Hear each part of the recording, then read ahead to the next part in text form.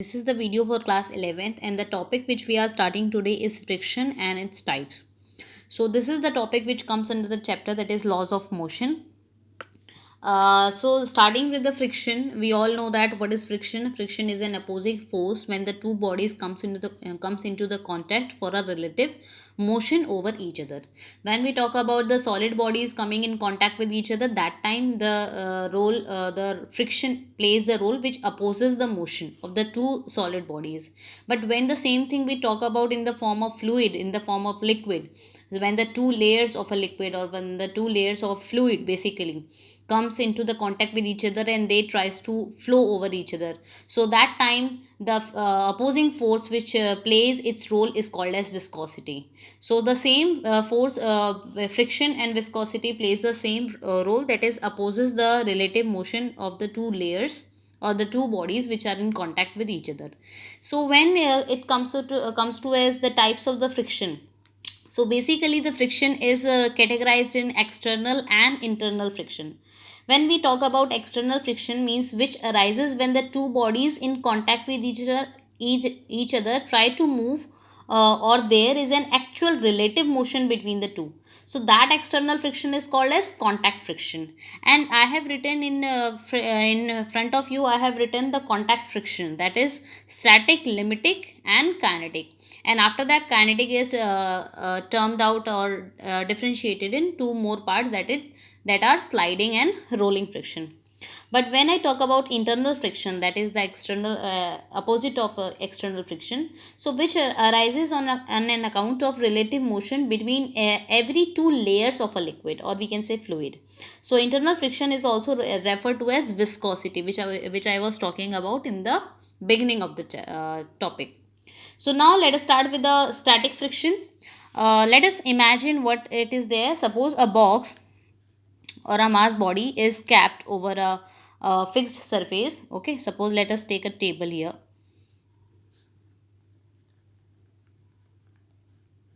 And what is happening, if suppose let us consider a block of weight mg, means if suppose I will talk about the weight always uh,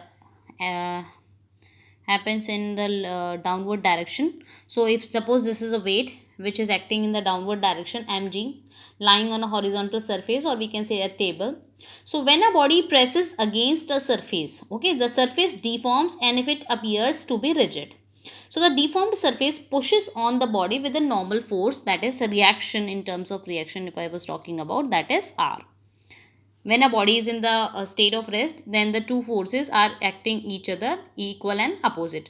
One is weight which is acting downward, and another one the reaction that body is getting because of from that surface.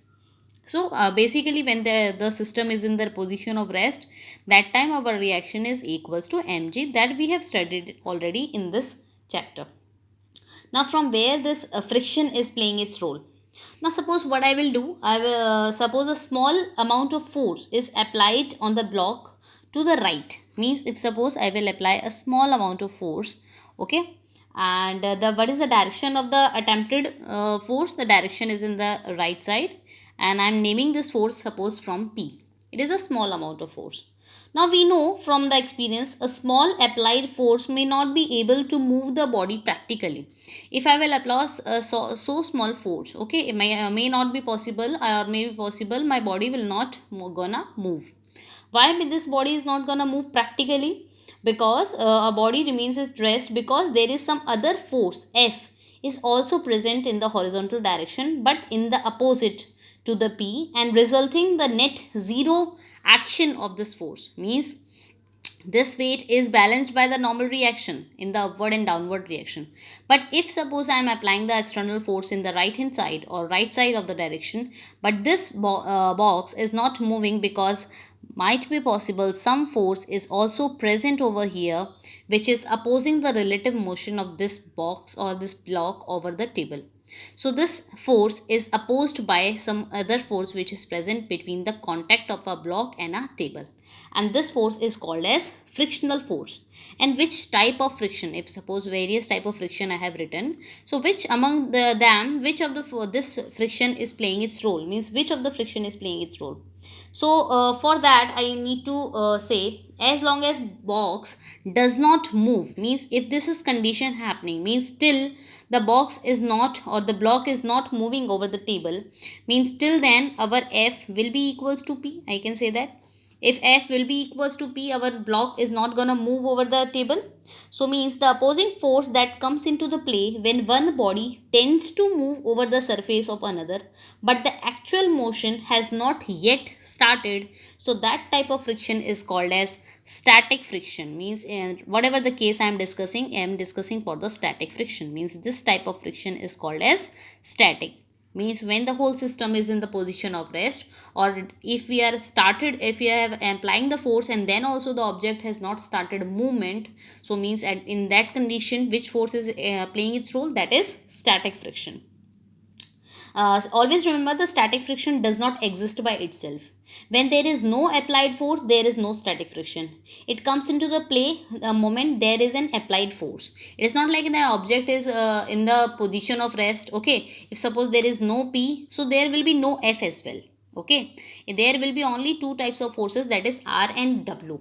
And if suppose we are applying P and still the object is not moving, then in that condition only our static friction will comes into the play. So that is the role of static friction. Okay, the static friction always opposes the impending motion. The term impending means what? The term impending motion means motion that would take place under the applied force if friction was absent.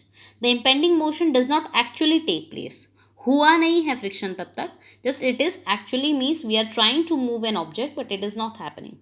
We can say that the maximum value of the static friction, when what will be the if suppose now what I will do, I will increase the amount of the force. Okay, this P, the magnitude of the P value I will gonna increase the moment the block will gonna start. The moment, okay, till before the moment the object is gonna start, till before the friction will be at its peak, means that static friction will be having its maximum value till the motion of the object has started. So the maximum value of the static friction can also be called as limiting friction. That is the second friction I am talking about. Now it's basically, if I will explain what is limiting friction, so limiting friction is the maximum opposing force that comes into the play when one body is just at the verge of moving over the surface of the other. Means when the body is about to move, means I will increase the magnitude of the P, magnitude of the external force, and till then the just when the block is just at the edge of the movement, at that time the maximum value of the friction can be called as the limiting friction. Okay, so when we increase the applied force slightly beyond the limiting friction, the actual motion starts. Means if I will increase slightly more magnitude of the P, our motion will gonna start. So this does not mean the friction has disappeared. It only means that the applied force is now greater than the force of limiting friction. Means the magnitude of the force is greater than the static, as well as it is greater than the limiting friction. The force of friction at this stage is called as kinetic. Now which I am talking about kinetic friction. Means at this stage when the object has started its motion but still the friction is there. Okay, so that time it is not like the friction has reduced or the friction has vanished. The friction never vanishes. Okay, so it is just like the friction the value of the frictional force or the external force which I was applying, it is greater than limiting, it is greater than the static. So now the friction which is playing its role is called as kinetic friction. Now basically, if I will define what is kinetic friction, so dynamic friction is the opposing force that comes into the play when one body is actually moving over the surface of the another body. So it is found that the force of kinetic friction depends on the normal reaction and the quality of the finishing of rubbing surface. It is like a kinetic friction depends on these all factors. So it does not depend on the area of contact. Always remember, we are having one old age view that if we are increasing the area of contact between the two surfaces, so the force of friction also increases. It is not like the force of friction never depends on the area of contact, because there is one another term, that is adhesive pressure or adhesive force. You can study about adhesive force and area of contact in detail, okay, in the next lecture, or in the book. You can go through the book as well, it is written over there. So always remember, It does not depend on the area of contact, but the kinetic friction does depend, though to a small degree, on the velocity of the relative motion of the bodies. Okay, if I will draw, suppose if I will draw the relation between the applied force and the force of friction, if I will draw the graph between these three frictions and the applied forces, so what will be the graph? So always remember, if suppose here is applied, this is here is applied force, and here is friction. Suppose if I will write friction here, so what will happen, where how the graph will gonna look like? Slowly when we are increasing the applied force, our friction increases like this, and after reaching at a peak point, our friction comes and our friction becomes constant during the motion. So if I will segregate these things, okay, so how I will gonna segregate? Always remember, static friction gradually increases with the increase in the force. So this line, this area of the slope can be written as Fs, that is static friction. And this area, that achieving a height, that is achieving the maximum value of the static friction, that can be, it can be written as Fl, that is limiting friction. And after that, the friction becomes constant with the relative motion, that is Fk. But one line I said, the for the small degree, means for the small